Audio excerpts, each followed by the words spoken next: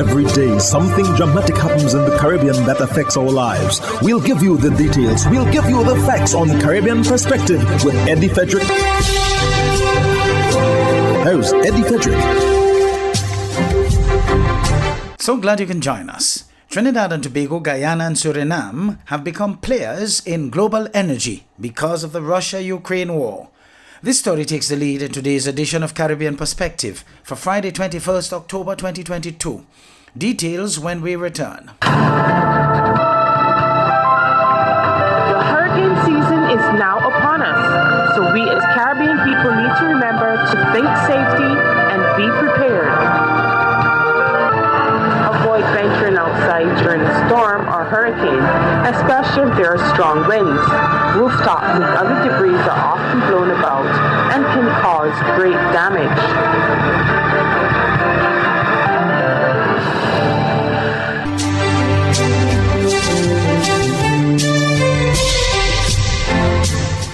Welcome back. The Energy Minister of Trinidad and Tobago says CARICOM, and in particular Trinidad and Tobago, Guyana and Suriname, see themselves as being part of the global energy security solution. The Energy Minister made the statement during a virtual discussion hosted by the Atlantic Council to discuss the future of U.S. Caribbean Energy Corporation. TV6's Jewel Brown has that report. On Wednesday, Energy Minister Stuart Young delivered the keynote address during a virtual discussion on the future of U.S. Caribbean Energy Corporation hosted by the U.S.-based Atlantic Council. The world in the last 9 months has realized how critical energy security is. Energy security has become one of the key items of priority for most governments in the world, and that is marrying straight into food security. An apparent reference to the challenges the US and Europe have been facing with soaring prices of crude oil and high prices of natural gas attributed to one of the impacts of Russia's invasion of Ukraine. On Wednesday, the Associated Press reported that natural gas prices spiraled out of control over the summer as European Union nations sought to outbid one another to fill up their reserves for winter. The Energy Minister made a bold declaration as the government has been seeking to ramp up the production of oil and natural gas in Trinidad and Tobago. Two of our CARICOM neighbors, Guyana and Suriname, have found significant reserves, particularly in Guyana, of oil reserves. And Suriname is still exploring, and Guyana has begun the exploitation, and in a very short period of time has become quite a significant global player in oil supply. Suriname, they have found certain reserves. Right now, they're determining how much are liquids, how much are gas. How does this all play into the current conversation? We see ourselves in CARICOM, and in particular, these three sovereign states, as being part of the global energy security solution. The AP is reporting the 27-member EU hit Russia with a series of economic sanctions since the February 24th invasion of Ukraine, and in response, Russia's President Vladimir Putin has choked off pipelines that used to send plentiful oil and gas to stoke the wheels of industry across much of the EU. We are poised in Trinidad and Tobago with a lot of unique opportunities, especially on the gas side. And when I say gas, half of our gas production is used in the production of LNG. We have Atlantic LNG, which is a 4-train facility with 3 trains up and running. And then on our petchem side, or petroleum chemical side, we also produce significant amounts of ammonia, methanol, urea, UAN. And as we all know, within recent times, and in particular post-February 24th of this year, fertilizer and ammonia have become more essential in the global conversation that's taking place. Minister Young recalled the participation of the Trinidad and Tobago delegation led by Prime Minister Dr. Keith Rowley in the Summit of the Americas earlier this year. Coming out of the Summit of the Americas, there was a decision taken by President Biden along with Vice President Harris that there must be an engagement and an appropriate engagement and a meaningful engagement with the CARICOM region and the Dominican Republic on energy security, food security, and also the financial side. Jewel Brown, TV6 News. Somebody must go to jail. So says former Commissioner of Police in Trinidad and Tobago, Gary Griffith, who claims to have obtained minutes of meetings the Police Service Commission held under Chairman Bliss C. Prasad. According to Griffith, it tells a damning tale. Alicia Boucher of TV6 News has more in this report. Was there criminal activity that caused the merit list to be read? We have now have it confirmed. The answer is yes. Two main things have come about here to verify that the laws were broken and somebody must go to jail. The Police Service Commission never rescinded the merit list. The Police Service Commission never suspended me as Commissioner of Police. That, according to Gary Griffith, has been revealed through minutes of meetings of the Police Service Commission. A request for the minutes for July to September 2021 was made through the Freedom of Information Act to the Service Commission's department by Griffith's attorney, Larry Lala. According to Griffith, the Service Commission stated that the minutes were confidential in nature and, as such, provided relevant excerpts it felt would be in the interest of the public. This shows that even the Service Commission department were very concerned by what transpired and they wanted the country to know. I am acting as that conduit to ensure that the country knows once and for all that somebody is going to jail. The excerpts presented to the media of the Commission's meeting of September 21st pointed to Cabinet urging the Commission to send Griffith on administrative leave as advised by a senior counsel. Based on the document, Chairman Bliss Sipasad stated that the investigation by Justice Stanley John was not a disciplinary process, and the Commission should not be acting on that request. There was a feeling by one commissioner that the National Security Council and Cabinet were pushing for a disciplinary matter, which he outlined that the Commission cannot be dictated to commence. What we have seen here is Cabinet blatantly trying to pressure, harass, or bully an independent body to remove a sitting Commissioner of Police. The Commission stood firm, and this is why Trinidad and Tobago, the Commission, resigned in disgust. More than that, Griffith claims that Sipasad lied. The chairman stated that Mr. Griffith is actively interfering in the investigation.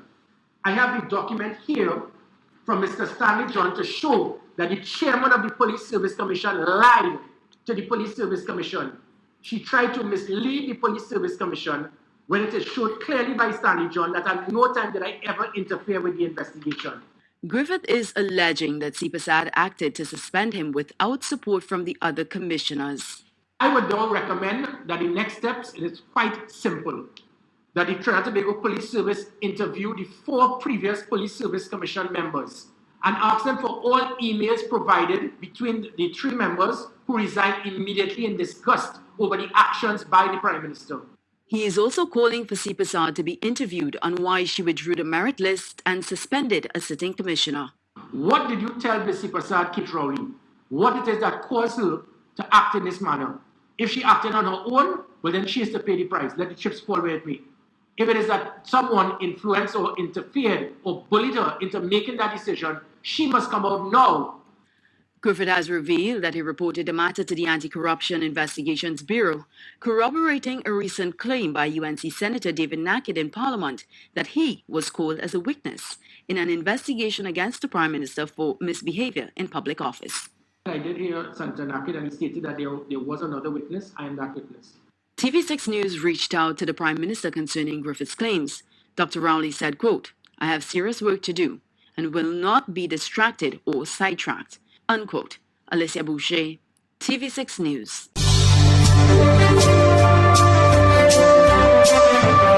You're listening to Caribbean Perspective with Eddie Frederick.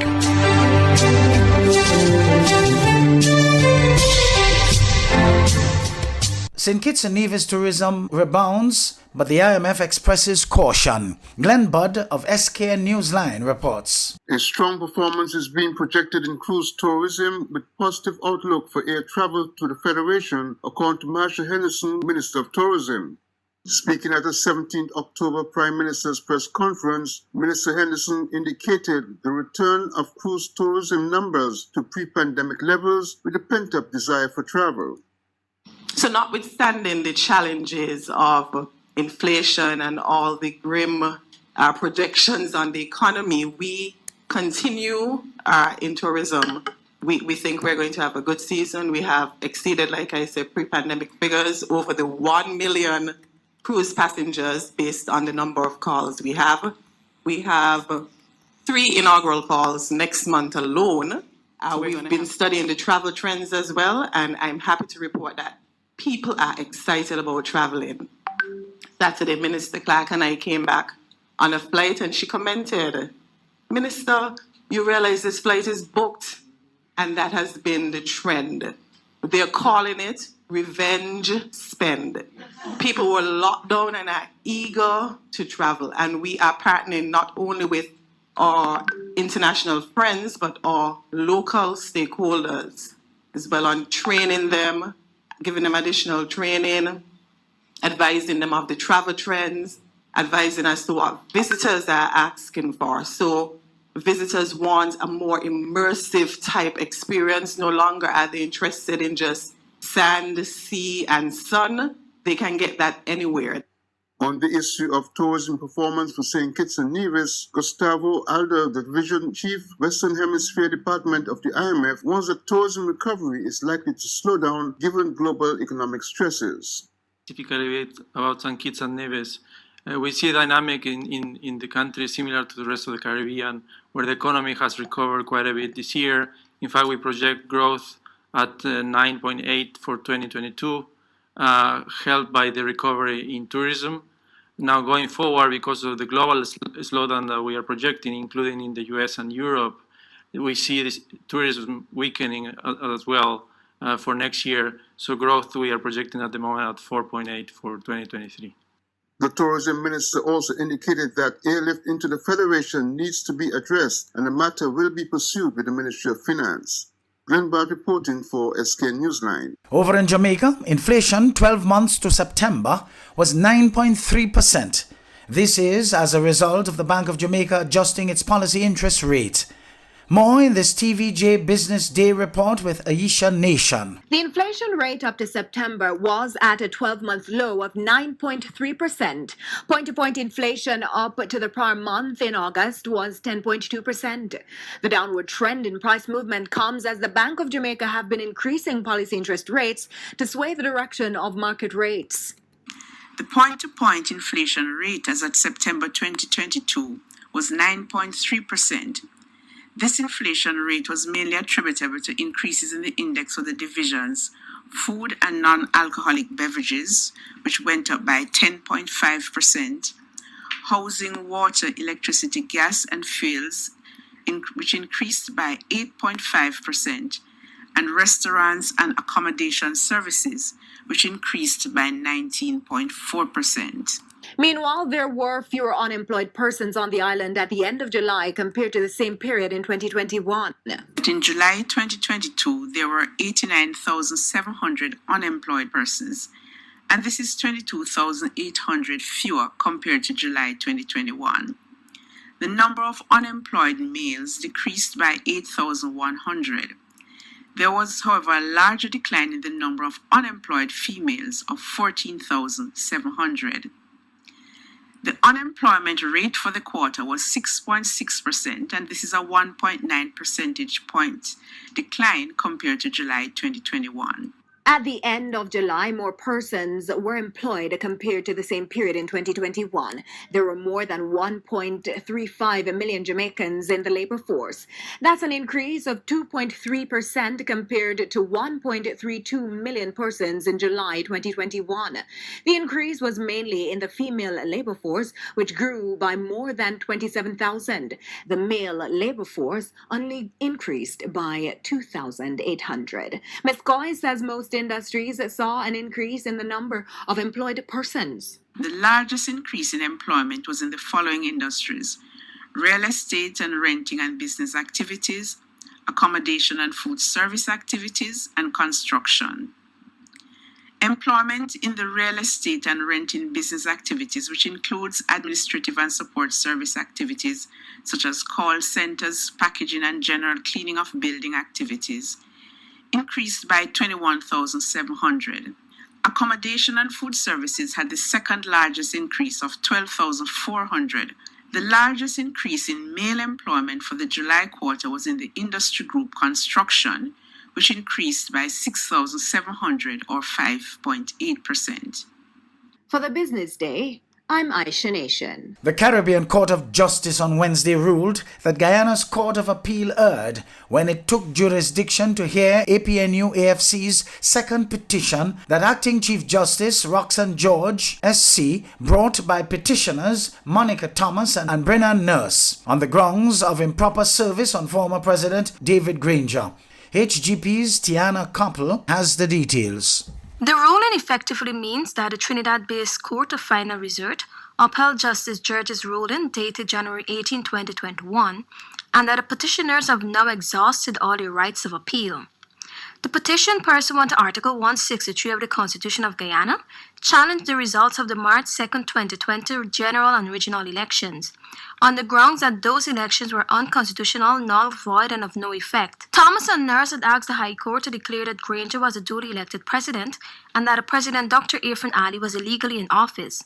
The appeal to the CCJ against the Court of Appeals ruling was filed by Vice President Dr. Barra Jagdeo in his capacity as General Secretary of the PPPC and by Attorney General and Legal Affairs Minister Anil Nandala, Senior Counsel. Delivering the Caribbean Court of Justice ruling was Justice Winston Anderson, who, among other things, said that the original court upheld Jagdeo and Nandala's argument that the Court of Appeal had no jurisdiction to hear and to determine the appeal, neither from the statute and the Constitution nor does it have inherited jurisdiction. Reporter for AGP Nightly News, I am Tianaku. Hubbard's is once again innovating the way you shop with its new online store, providing 24-hour shopping convenience. You can shop now for appliances, hardware, houseware, building material, and more. Free delivery island-wide. Start shopping now at hubbardshardware.gd. Safe, convenient, reliable.